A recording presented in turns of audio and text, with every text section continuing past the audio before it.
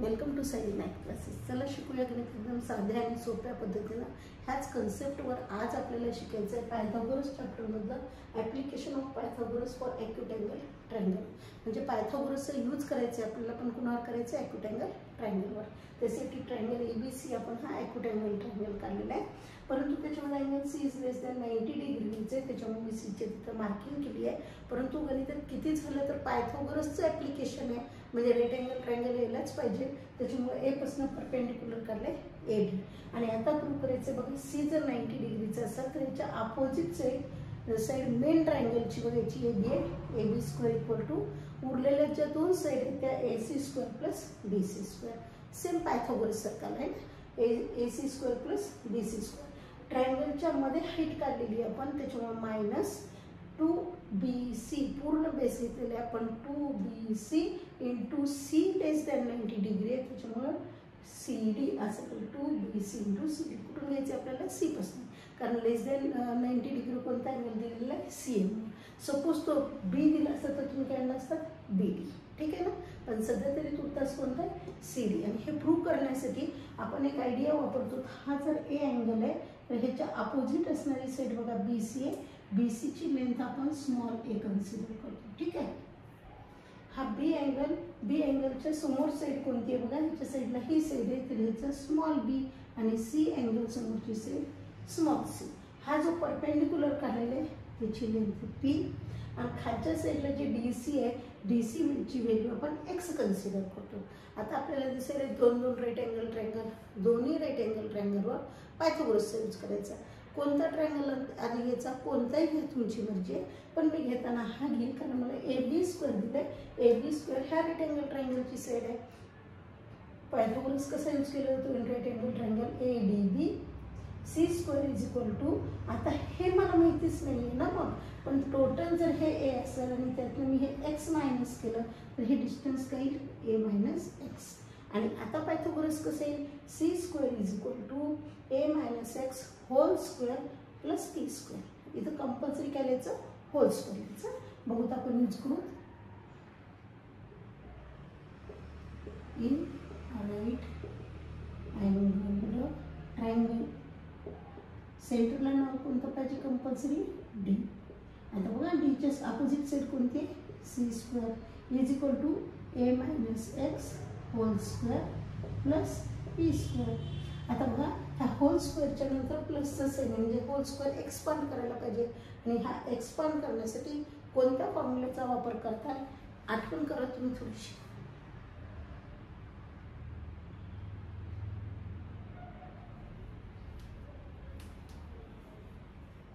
आठवलं बघा, ह्याच्यामध्ये मी एक ट्रिक वापरलेली आहे काय? SMS म्हणजे काय? Square multiplication square. आणि जर इथं मायनस साईन असेल तर मायनस प्लस, आणि इथं प्लस असतं तर प्लस प्लस. म्हणजे मी स्क्वेअर करेल, मल्टिप्लिकेशन करेल, परत स्क्वेअर करेल. C square copy paste, A square केला स्क्वेअर मी, मायनस मल्टिप्लिकेशन करताना इथून करायचं 2AX plus square x square plus P square. फक्त SMS लक्षात ठेवायचं, बरोबर? SMS लक्षात ठेवलं की स्क्वेअर मल्टिप्लिकेशन स्क्वेअर. मायनस दिसली की काय? मायनस प्लस, आणि प्लस दिसली काय? Plus plus. सिंपल आहे, बरोबर आहे. आणि ह्याच्या पुढे सोडत आहे मी त्याच्यामध्ये इक्वेशन नंबर. आता दुसरा रेक्टँगल ट्रायंगल घेऊन ADC. सेंटरला नाव कोणतं असेल? D. In rectangle triangle ADC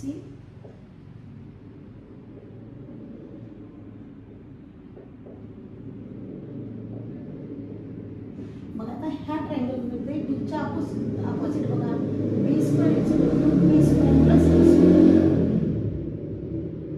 B square is equal to P square plus X square. हे इक्वेशन नंबर 2 मिनिट.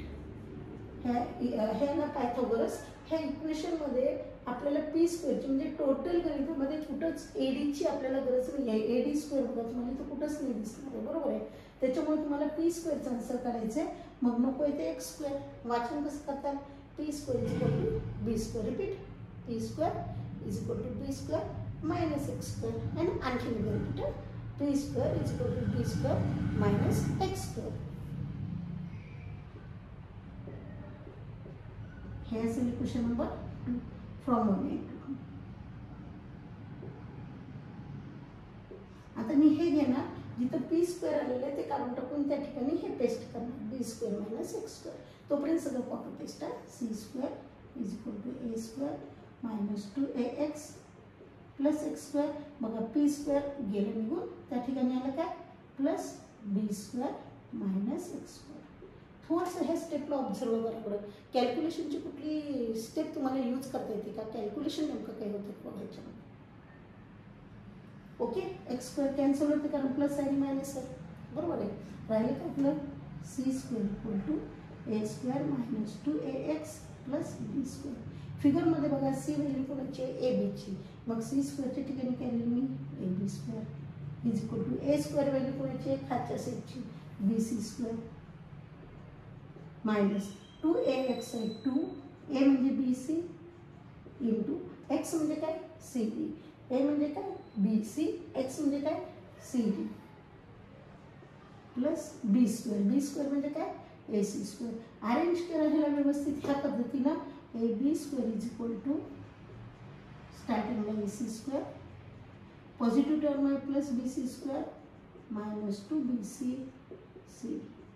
अशाच पद्धतीने नवीन नवीन गणितं तुम्हाला सोप्या पद्धतीने जर शिकायचे असतील तर चॅनलला सबस्क्राईब करा, व्हिडिओला लाईक करा आणि हे जे व्हिडिओ आहेत ते तुमच्या मित्रांना वगैरे शेअर करा. बघता परत application of Pythagoras for obtuse angle triangle.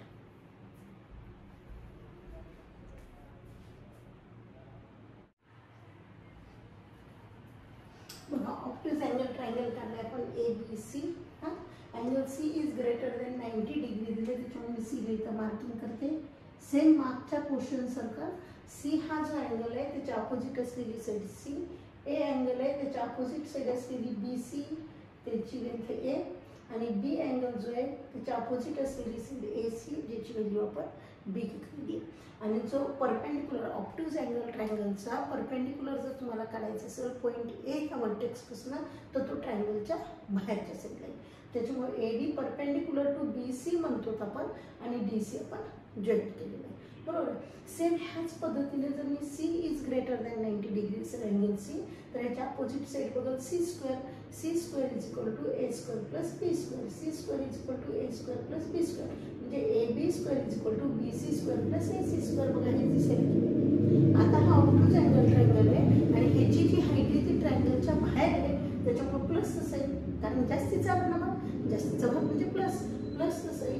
2bc base काय होता BC, तुम्ही काय म्हणा 2bc. एक पॉईंट लक्षात ठेवा, याचा बेस BC आहे, BD नाही, कारण मेन ट्रायंगल कोणता आपला ABC. ABC ट्रायंगलचा बेस कोणता असेल त्याच ट्रायंगलची साईड, त्याच्यामुळे बेस कोणता आहे BC. म्हणून 2bc इंटू, आता बघा C 90 होता, सॉरी ग्रेटर दॅन 90 होता, तर C पासून 90 पर्यंत CD होता, 2bc इंटू CD. इथे दोन राईट अँगल ट्रायंगल आहेत. एक कोणता आहे ADB, मोठा राईट अँगल ट्रायंगल आहे. दुसरा कोणता आहे ABC, दुसरा राईट अँगल ट्रायंगल आहे. कुणाचा यूज आधी करायचा, कोणत्याही राईट अँगल ट्रायंगलचा यूज करा, काहीही फरक पडणार नाही. पण आता आपण DC जर एक्स पकडलेलं असेल तर BD पूर्ण हे A प्लस एक्स म्हणजे A प्लस एक्स असेल, हे पॉईंट लक्षात ठेवायचं आहे. समजा मी पहिल्यासारखाच ADB हा राईट अँगल ट्रायंगल घेतला तर थोड्या वेळासाठी हे AC त्याच्यामध्ये तुम्हाला काही त्रास देणार नाही किंवा तुम्हाला त्याच्याकडे दुर्लक्ष करायचं आहे. In right angle triangle ADB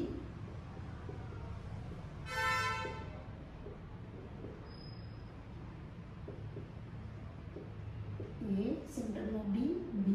डीच्या अपोजिट बघा इथं नाही द्यायचं, आपला ट्रायंगल मोठा आहे ना म्हणून डीच्या अपोजिट हा द्यायचा. C square is equal to ही पूर्ण, आता बघा हा मोठा ट्रायंगल आहे तर ही सेट घ्यायला लागेल A plus x whole square plus P square.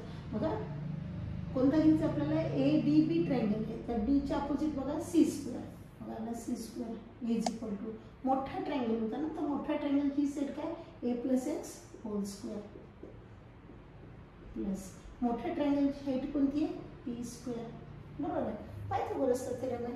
आणि हे कसं सॉल्व्ह करायचं, मागच्या गणित सांगितलं तुम्ही, तुम्हाला आठवायला पाहिजे आहे की नाही.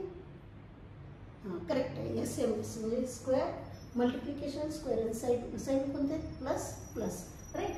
मग C square is equal to A square आला स्क्वेअर प्लस इथनं मल्टिप्लिकेशन चालू 2ax plus x square plus p square. Equation number 1. दुसरा राईट अँगल ट्रायंगल कोणता आहे? ADC. In right angle triangle ADC.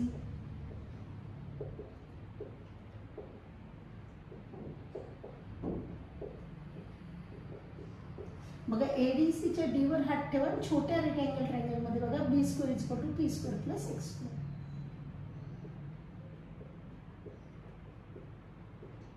तुम्हाला माहिती आहे मागच्या गणितामध्ये आपण पी स्क्वेअरचा आन्सर काढला होता. आता पण मी पी स्क्वेअरचं काढणार आहे म्हणजे मला हे नको आहे. म्हणजे वाचणार कसं मी? P square is equal to B square minus x square. Repeat, P square is equal to B square minus x square. Okay. Equation number 2. 1 into 1 मध्ये काय? सी स्क्वेअर घ्या खाली is equal to A square plus 2ax plus x square. घेतलं. P square आपल्याला घ्यायचं नाही, याला काढून टाकायचं. त्या ठिकाणी घ्यायचं plus B square minus x square. मग इथे एक्स स्क्वेअर कॅन्सल झाले कारण एक प्लस एक मायनस आहे. आणि सेम सॉल्व करण्याची मेथड मागच्या गणितासारखीच आहे, त्याच्यामुळे हे एकदम तुम्हाला इझीच आहे. C square is equal to A square plus मी आधी स्क्वेअर घेते बघा बी स्क्वेअर आणि शेवटला लिहिते 2ax स्क्वेअर स्क्वेअर लिहून रिमेनिंग टर्म्स लिहिली आहे. सी स्क्वेअर कोणाची व्हॅल्यू आहे बघा बरं? सी कुठे येते? A B square is equal to A square कोणाची? हीची, ह्या छोट्यासाठी B C square. B square कोणाचं आहे? A C square plus 2. A म्हणजे काय? बी सी इंटू आता एक्स म्हणजे काय?